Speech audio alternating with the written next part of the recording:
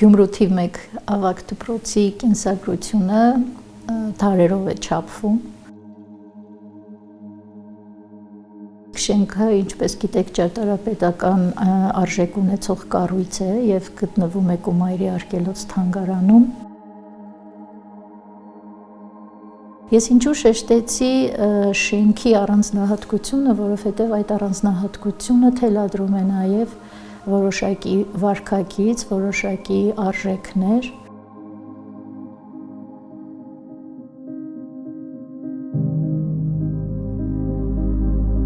Մշակույթը յուրաքանչյուր ազգի ինքնության հիմքն է, որը ձևավորվում է դարերի ընթացքում, արտացոլելով ժողովրդի պատմությունը, ավանդույթները եւ արժեքները։ Ազգային մշակույթը ոչ միայն պահպանում է տվյալ ազգի յուրահատկությունները, այլև նպաստում է համամարտկային մշակութային ժառանգության հարստացմանը։ Բարև ձեզ։ Այսօր մենք Գյումրիում ենք եւ որոշել ենք նկարանել ֆիլմ Գյումրիի թիվ 1 դպրոցի մասին, որը գտնվում է Գյումրիի պատմական Սլաբոդկա թաղամասի սրտում։ Եկանք ծանոթացանք ուսուցչական եւ աշակերտական կազմի հետ եւ կայացրեցինք մի որոշում, որը մինչ այսօր մեր աշխատանքի ընթացքում նման բան չէինք արել։ Ֆիլմի ամբողջական նկարանումը եւ մոնտաժը վստահեցինք աշակերտներին, իսկ մենք կողքից կհետևենք եւ կտեսնենք, թե ինչ զարգացում կստանա մեր այդ փորձարկումը։ Գնացինք։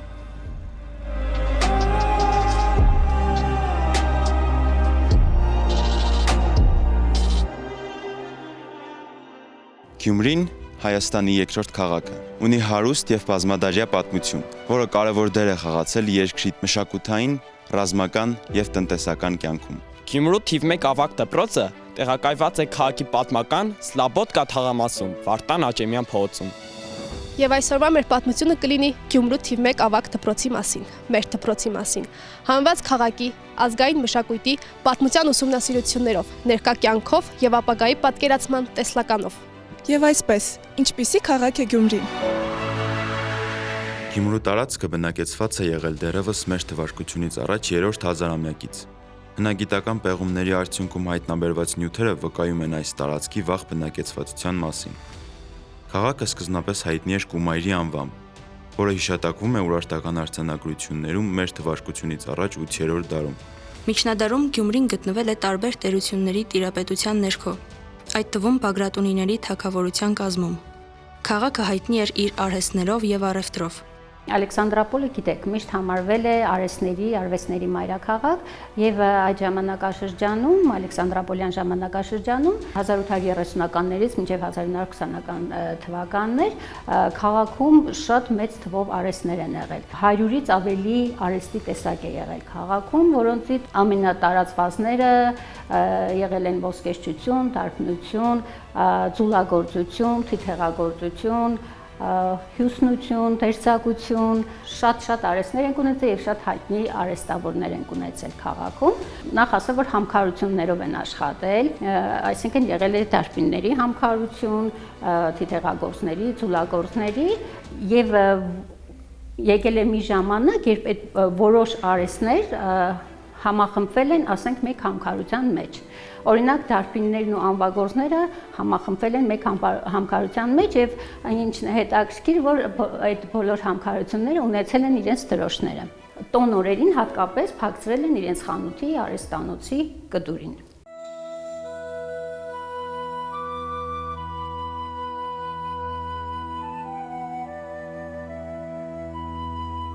Ինչով է առանձնանում Գյումրու թիվ 1 ավագ դպրոցը իր գործընկեր ուսումնական հաստատություններից։ Նախ այն տեսլականը, որ մենք սահմանել ենք մեզ համար։ Իհարկե առաջնահերթ գիտելիքն է, դաստիարակությունը, բայց դպրոցում յուրաքանչյուր ոք աշխատում է այնպես անել, որ ամեն մի աշակերտ, ամեն մի սովորող այստեղ իրենց զգա որպես երջանիկ անհատ։ Եվ երբ մենք մանկավարժներով հավաքվում ենք, իսկ եթե երկու մանկավարժ, ուրեմն խոսակցությունը անպայման դպրոցի մասին է ու աշակերտի շուրջ, մեր երազանքն այն է, որ աշակերտը չուզենա դպրոցից տուն գնալ, որ ոչ թե ժամացույցին նայի, թե երբ է դասը ավարտվելու, որ ինքը գնա այլ հետաքրքրության հետևից, այլ դպրոցն այնքան հետաքրքիր լինի, այնքան ջերմ լինի եւ այնպիսին լինի, որ սովորողը ուզենա երկար մնալ դպրոցում։ Եվ հենց մեր զարգացման հանգամյա ծրագրի առաքելություն որպես սահմանված է սա։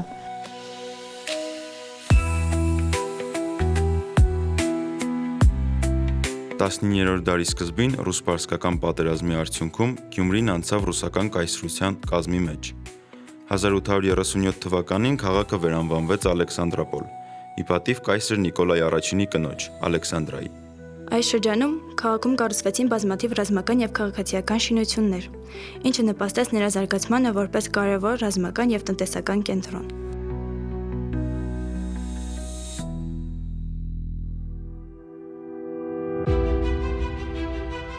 Եվ հենց այդ ժամանակահատվածում էլ կառուցվել է Գյումրու թիվ 1 ավագ դպրոցը։ Կառույցի սկզբանե եղել է Ալեքսանդրապոլի մեծահարուստ Գարգալոյանների շքեղ առանձնատունը եւ կառուցվել է 1916 թվականին։ Շենքը առանձնանում է իր իտալական ճարտարապետական ոճով, սև տուֆից շարված պատերով, խորաքանդակներով եւ նախշազարդ սյուներով։ Իսկ ովքեր են եղել Գարգալոյանները։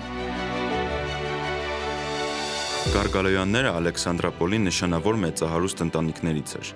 որը հայտնի էր իր բարեգործական գործունեությամբ եւ մեծ ներդրումներով քաղաքի զարգացման գործում։ Գարգալոյանների ընտանիքի անդամներից Ասատուր Գարգալոյանը եւ նրա կինը Արփենիկը կարևոր դեր են խաղացել համայնքի կյանքում։ Ընտանիքի լուսանկարներից մեկում պատկերված են Ասատուր Գարգալոյանը, նրա կինը Արփենիկը եւ Ասատուրի մայրը որդուն գրկած։ Գարգալոյանների ընտանիքի կառուցած առանձնատունը հետագայում ծառայել է որպես մանկական հիվանդանոց, ապա ամերկոմի որբանոց։ 1920-ականների վերջին այն վերածվել է կրթական հաստատության եւ ներկայումս գործում է որպես Գյումրու թիվ 1 ավագ դպրոց։ Աշխատում ենք տարբեր ծրագրերով, աշխատում ենք տարբեր երկրների ուսումնական հաստատությունների հետ, ինչու եմ սա կարևորում, որովհետև խիստ կարևոր է տարբեր մշակույթների շփումը։ Սրան նպաստում է նաև այն, որ Գյումրու թիվ 1 ավագ դպրոցում արդեն 3 տարի է մենք իրականացնում ենք ֆրանսերենի խորացված ուսուցում, իսկ 2 տարի է արդեն աշխարհագրություն, պատմություն առարկաները դասավանդվում են նաև ֆրանսերենով։ Սերտ համագործակցություն ունենք Հայաստանի Հանրապետությունում Ֆրանսիայի դեսպանատան հետ։ Հպարտությամբ պիտի խոսեմ նաև մեր օլիմպիական հաջողությունների մասին տարբեր հարթակներում եւ հանրապետական փուլի տարբեր առարկաներից, այսպես հաղթարշավներ եւ միջազգային ստուգատեսերում ձեռք բերած հաջողություններ։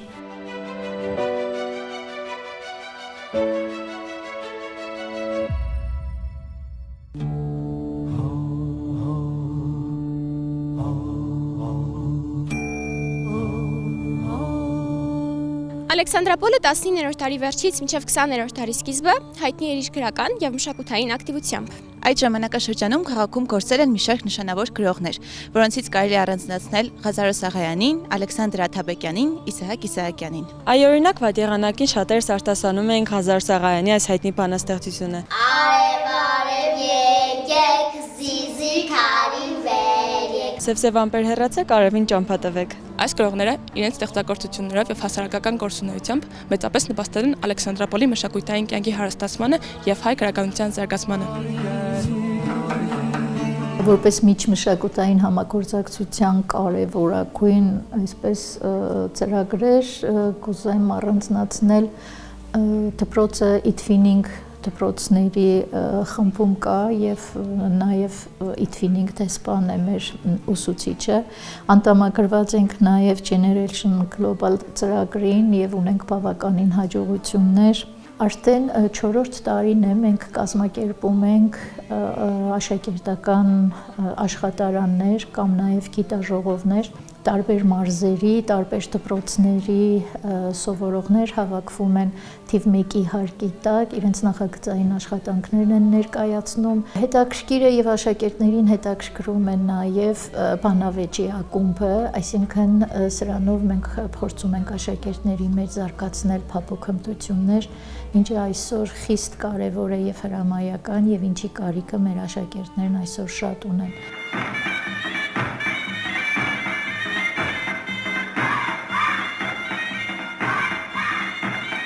Ալեքսանդրապոլում 19-ից 20-րդ դարերի ժամանակաշրջաներում ակտիվ զարգացում են ապրել պարային, երաժշտական եւ թատերական արվեստները։ Ալեքսանդրապոլի պարային մշակույթն առանձնանում էր իր գունեղությամբ, ժողովրդական արմատներով եւ քաղաքային մշակույթի հետ զուգորդմամբ։ Ալեքսանդրապոլի շրջանում տարածված կարևոր պարերից էր Ալեքսանդրապոլի պարը, որը հատուկ Ալեքսանդրապոլին բնորոշ ժողովրդական պար էր։ Այս պարը պարում են թե կանայք, թե տղամարդիկ։ Ունի կենսուրախ, բայց շատ հստակ ու խիստ շարժումներ։ Նման է այլ հայկական շրջանային պարերի, սակայն երաժշտության ռիթմը ավելի աշխուժ է։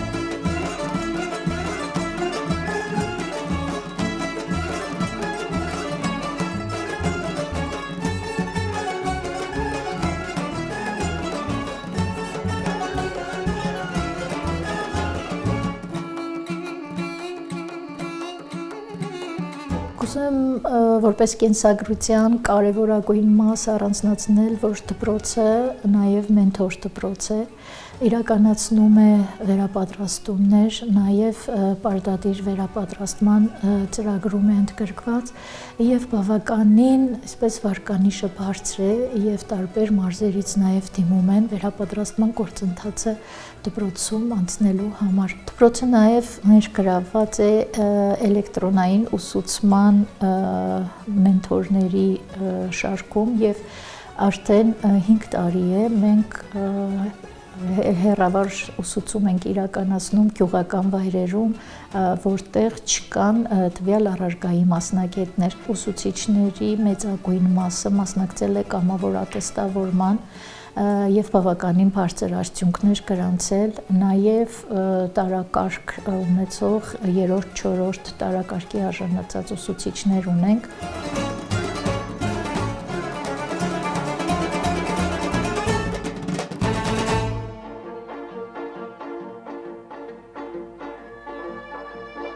Ալեքսանդրապոլը հարուստ է եղել ժողովրդական երգերով, սազերով, դհոլ զուռա նվագախմբերով։ Շատ հայտնի են աշխուհական երգերը, որոնք արտահայտում են սեր, կարոտ, հայրենասիրություն եւ երբեմն հումոր։ Ալեքսանդրապոլի հայտնի ու տաղանդավոր աշխուհներից էր Աշուկ Ջիվանին, նույն ինքը Հարություն Տեր-Պողոսյանը, հայ ազգի մեծ աշխուհներից, ով երկար տարիներ ապրել ու ստեղծագործել էր Ալեքսանդրապոլում։ Վերքից տեղուս պեղանին, ախ իմ հայրենիքի ջուրը, քաղցրեկան նռանգինին, ախ իմ հայրենիքիս ջուրը, քաղցրեկան նռանգինին,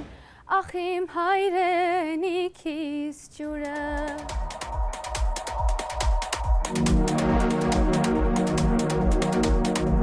Ալեքսանդրապոլը եղել է հայ թատրոնի կենտրոններից մեկը։ 19-րդ դարի վերջին այստեղ ձևավորվեց առաջին թատերախումբը, որը ներկայացնում էր դասական եւ ազգային դրամաներ։ Ներկայացվում էին Պատկանյանի, Պարոնյանի եւ Սունդուկյանի գործերից։ Հաճախ ներկայացումներ ուղեկցվում են կենտանի երաժշտությամբ։ Թատրոնը Ալեքսանդրապոլում լայն տարածում ուներ բոլոր խաղերի մեջ։ Շատերը թատրոնը դիտում են որպես կրթական, ազգապահպան եւ հուզական տարածք։ Թատերական սրաները մշտապես լի էին եւ ներկայացումները դարձել էին քաղաքի մշակութային կյանքի առանցքը։ Թատրոնը Ալեքսանդրապոլում զարգացել է, իր ծիլերն է արձակել դերևս 1865 թվականից։ Քաղաքում սիրողական խմբեր են կազմավորվել եւ ներկայացրել տարբեր ներկայացումներ։ Թատրոնին խոչընդոտող հիմնական հանգամանքը եղել է այն, որ քաղաքը նախ թատրոնի շենք չի ունեցել, ներկայացումները տրվել են մասնավոր տների մեջ եւ ամենակարևոր ու մեծ խոչընդոտը եղել է այն, որ կանայք, գյումրեցի Ալեքսանդրապոլցի կանայք չեն համարձակվել բեմ բարձրանալ, կանանց այդ ամոթխած վերաբերմունքը թատրոնին եւ բեմին եղել է ամենամեծ խոչընդոտը եւ դա իր շրջադարձն է ունեցել 1873 թվականին եւ գյումրեցի Զարուհի Գուլումյանը եւ Երանուհի Տիգրանյանը համարձակվել են բեմ բարձրանալ։ Իսկ ինչ մնում է թատրոնի շենք չունենալու հանգամանքին, այդ հարցը լուծել են այս եղանակով, որ մեծահարուստները հատկապես իրենց տների մեջ սարքել են կամարներ, այն նմանատիպ կամարներ են սարքել տների մեջ, որոնք որպես բեմ են օգտագործել։ Այստեղ ներկայացումներ են եղել, համերգներ են եղել եւ այն կողմից հանդիսատեսը դիտել է։ Այստեղ ինչն է խորհրդանշական, որ գյումրեցին Ալեքսանդրապոլցին, չնայած այդ ամեն խոչընդոտներին, շատ է սիրել թատրոնը։ Գյումրեցիները այնքան շատ են սիրել ու հարգել թատրոնը, որ այդ շապխան գլխներից հանել են միայն թատրոնում եւ եկեղեցում, որովհետեւ շապխան գլխից հանելը դա հարգանքի նշան էր։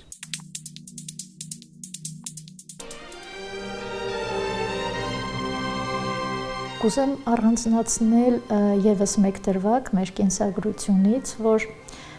այսպես համապատրաստից մենք որտեղ գրեցինք, քանի որ դպրոցը գտնվում է քաղաքի կենտրոնում եւ զբոսաշրջիկները այս տարածքում շատ են լինում, իրենց հետաքրքրում է թե այս մի հարկանի շենքում ինչ կա եւ ինչ գործունեություն է ծավալվում եւ երբ որ մտնում են դպրոց, արդեն մեր աշակերտները սկսում են պատմել դպրոցի կենսագրությունը, այսինքն սա ազդակ հանդիսացավ, որպեսզի մենք մտածենք զբոսավարության խմբակի մասին եւ նաեւ աշակերտների հաղորդակցվելու հմտությունները զարգացնելու մասին։ Նրանք տարբեր լեզուներով ներկայացնում են դպրոցի պատմությունը, զբոսաշրջիկները շրջում են դպրոցում գործում է նաեւ լրագրողական խմբակ։ Մենք պարբերաբար սոցցանցերում փոքրիկ տեսանյութերով ենք հանդես գալիս լեզվի մասին, ճարտարապետական կառույցների մասին, այսինքն այն նախագծային աշխատանքը, որ այսօր նոր չափորոշիչով ներկայացվում է եւ նաեւ պարտադիր է, տարիներ շարունակ մենք այս աշխատանքն իրականացրել ենք եւ վստահաբար կարող եմ ասել, որ ցանկալի արդյունք ապահովել ենք։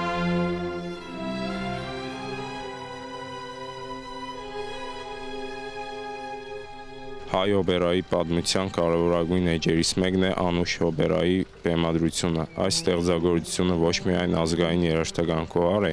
այլև հզոր մշակութային խորհրդանիշ հայ ժողովրդի համար։ Անուշ օպերայի առաջին բեմադրությունը Ալեքսանդրապոլում նշանակալից իրադարձություն ուներ քաղաքի եւ ընդհանրապես հայ մշակութային կյանքի համար։ Բեմադրությանը մասնակցում էին տեղի եւ Թիֆլիսից հրավիրված երգիչներ եւ երաժիշտներ։ Շատերն այն ընկալեցին որպես ժողովրդի հոգու հայլի,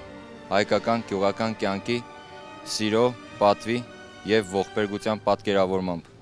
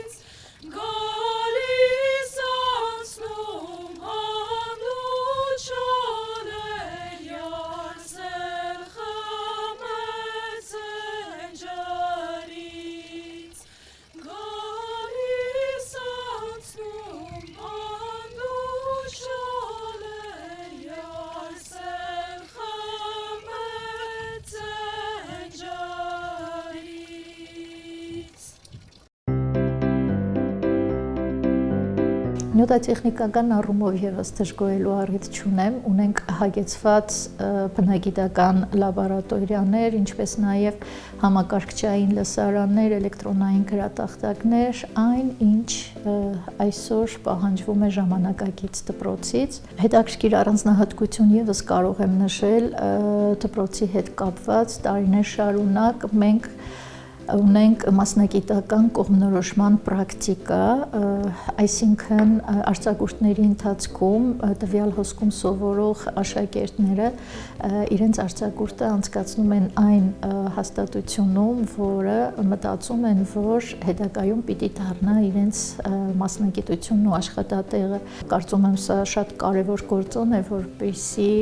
մարդը, ով ավարտում է դպրոցը եւ ընտրել է մասնագիտությունը, գոնե մոտավորապես պատկերացնի, թե ապագայում իրեն ինչ է սպասվում եւ իրենից ինչ է ակնկալվում։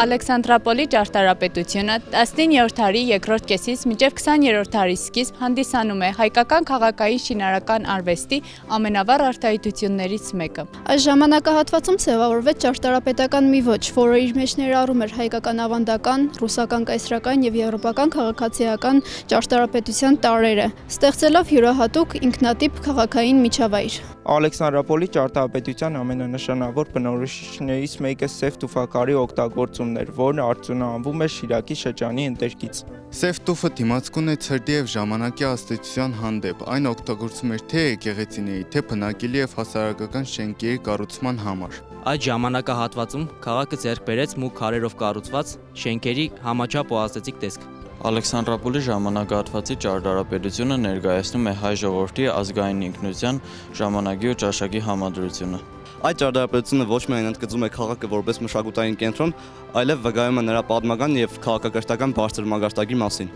Թիվ 1 դպրոցը կառուցվել է հենց այդ ժամանակահատվածում, երբ Ալեքսանդրապոլը զարգանում էր որպես քաղաքային, մշակութային եւ կրթական կենտրոն։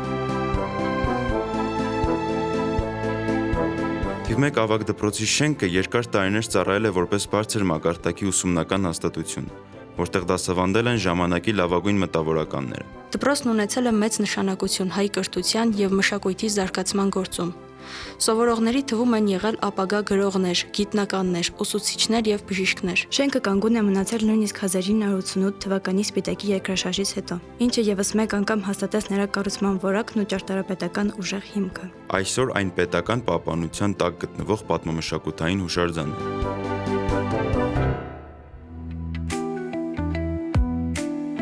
Ես պատիվ եմ ունեցել ստանձնելու Գյումրու թիվ 1 ավագ դպրոցի տնօրենի պարտականություն այն ժամանակ, երբ դպրոցը իր գործունեության կարելի է ասել գագաթին էր, որովհետև սա ժամանակաշրջան էր, երբ դպրոցի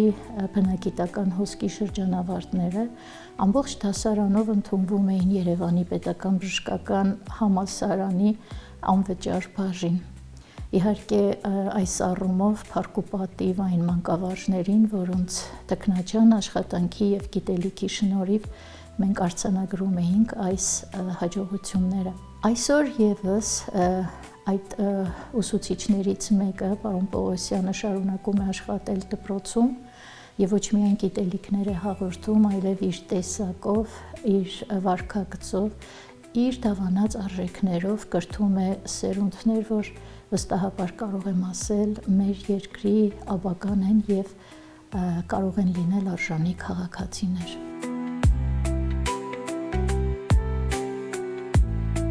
Այս տարի լրանում է իմ մանկավարժական գործունեության 54-րդ տարին։ Աշխատել եմ, որ իմ պատճառով կյանքը մարդկանց չդառնա ավելի, այսպես ասած, կասկածելի, հիասթափեցնող։ Դու պետք է մոռանաս քո անձնական կյանքը, եթե անձնական կյանքը դնում ես առաջին տեղում, դու սկսում ես ոչ խելացի գործել, բայց երբ դնում ես դիմացիների կյանքը առաջի պլանում, եւ քո կյանքն է գեղեցիկ դառնում, եւ մյուսների կյանքը։ Ես այդպես եմ աշխատել։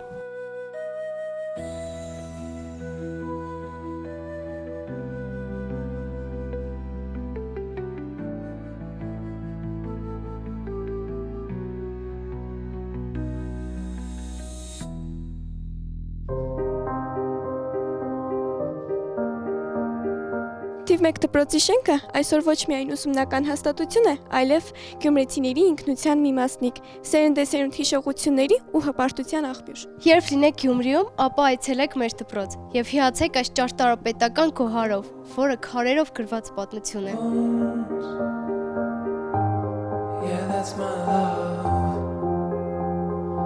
Թիվ 1 դպրոցը ունենալով 100-ավոր տարիների պատմություն, այսօր շարունակում է իր վեհ առաքելությունը՝ կրթել ու ձևավորել մտածող, ազգասեր եւ ժամանակակից հայ մարդու կերպարը։ Տարիների փորձառությունն ու հարուստ մշակութային ժառանգությունը դարձել են այն ամուր հիմքը, որի վրա այսօր կառուցվում է նոր, առաջադեմ ու ժամանակի պահանջներին համահունչ կրթական իրականություն։ Դպրոցը վստահորեն քայլում է դեպի առաջ, նվաճելով նոր բարձունքներ, նորարարական մեթոդներով հարստացնելով ուսումնական գործընթացը, ունենալով նվիրված ուսուցչական կազմ եւ նպատակասլաց աշակերտներ։ Այսօր թիվ 1 ավագ դպրոցը ոչ միայն անցյալի փառավոր էջերի կրողն է, այլև ներկայի հզոր շարժիչ ուժը ու ապագայի կերտողը, քայլելով ժամանակի հետ համընտած եւ վստահ։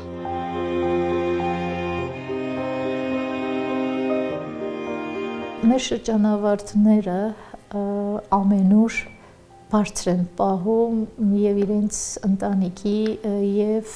բնականաբար իրենց մանկավարժների ու դպրոցի պատիվը։ Սրա համար առաջին հերթին ուզում եմ շնորհակալություն հայտնել այն մանկավարժներին, այն ուսուցիչներին, ովքեր ամենացորդ նվիրումով անում են իրենց գործը առանց տրտնջալու եւ առանց դժգոհելու տարբեր վայրիվերումներից արժեքային ու ժամանակային առումով եւ իհարկե ուզում եմ առանձնահատուկ շնորհակալություն հայտնել